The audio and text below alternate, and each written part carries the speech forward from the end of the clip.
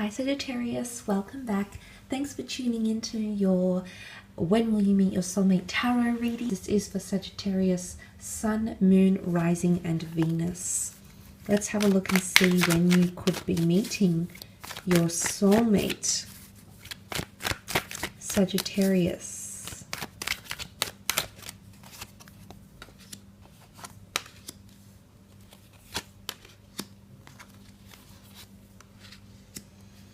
Okay, let's start off with the beautiful Star card.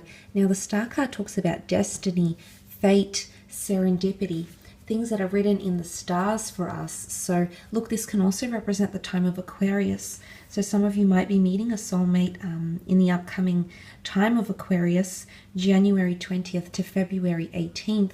It might be when destiny has things in store for you, a destined meeting for someone special.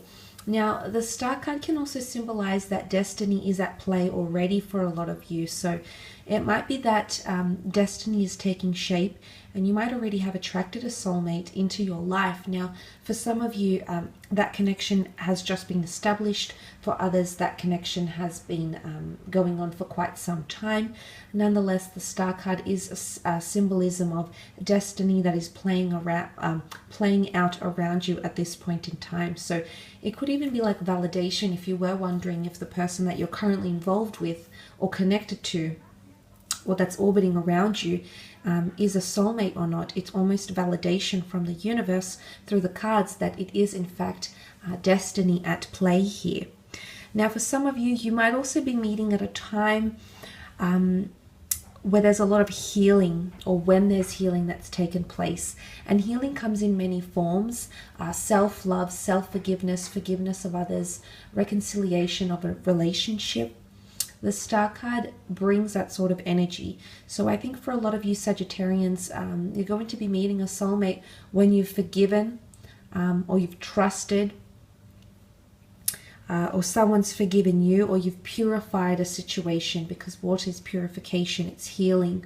So for a lot of you, this is when this special person is going to be making their way into your life. And things will align, the stars will align in your favor to make that happen faster. It can also speak of a law of attraction and wishing upon a star. So for some of you, this person is coming into your life when you're actively doing more to manifest them, putting the intention out there, thought, feeling, the law of attraction, etc.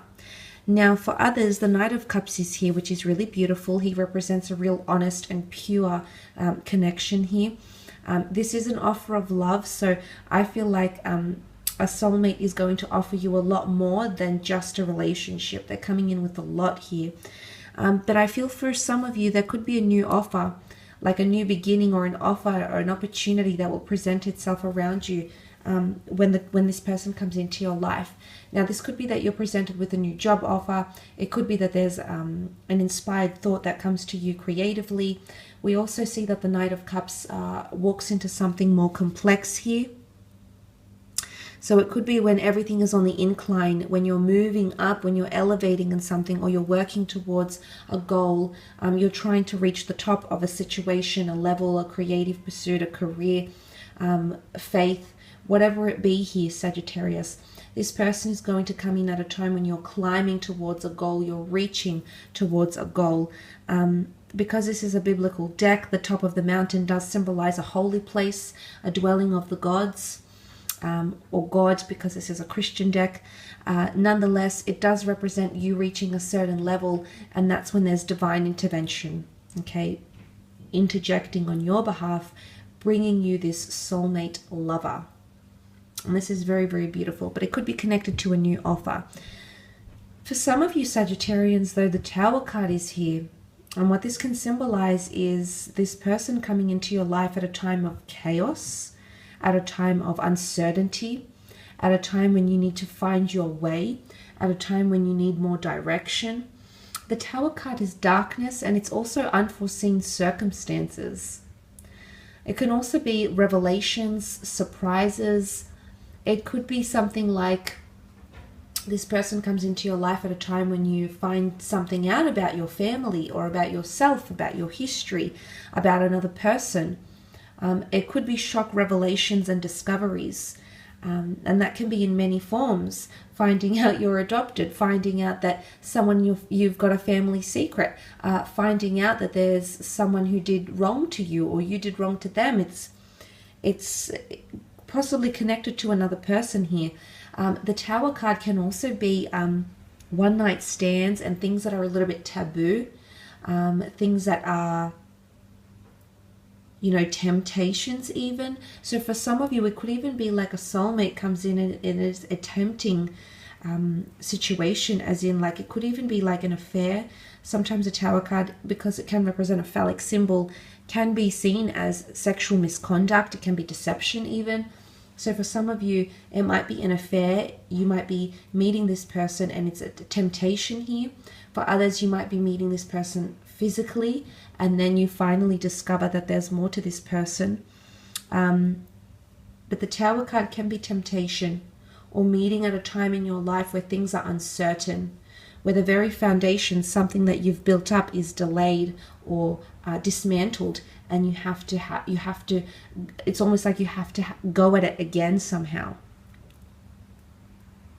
But it's a very electric and very sudden jolt. So for a lot of you, this person is coming in quite quickly.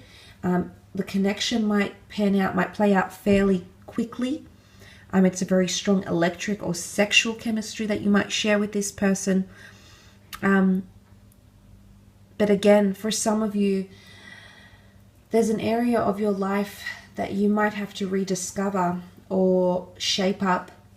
And it might be when things aren't going very well, okay? It might be that this person comes in and is your ray of light, is the star that leads the way, that gives you inspiration, solace, guidance, etc. So for some of you, it's not at a time when when you're achieving goals. It's quite frankly at a time when, you know, goals are, you're receiving setbacks or delays, or things are disoriented, or there's a lot of things happening in your life. Disorientation comes to mind. And you also have the Two of Swords. So for some of you, this person is coming in at a time when you might even have two lovers.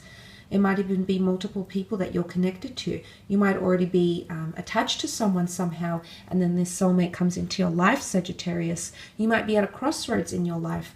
There might be a very important decision that you need to make. Maybe it's spiritual, maybe it's material, maybe it's career-wise. But the Two of Swords can represent a fork in the road.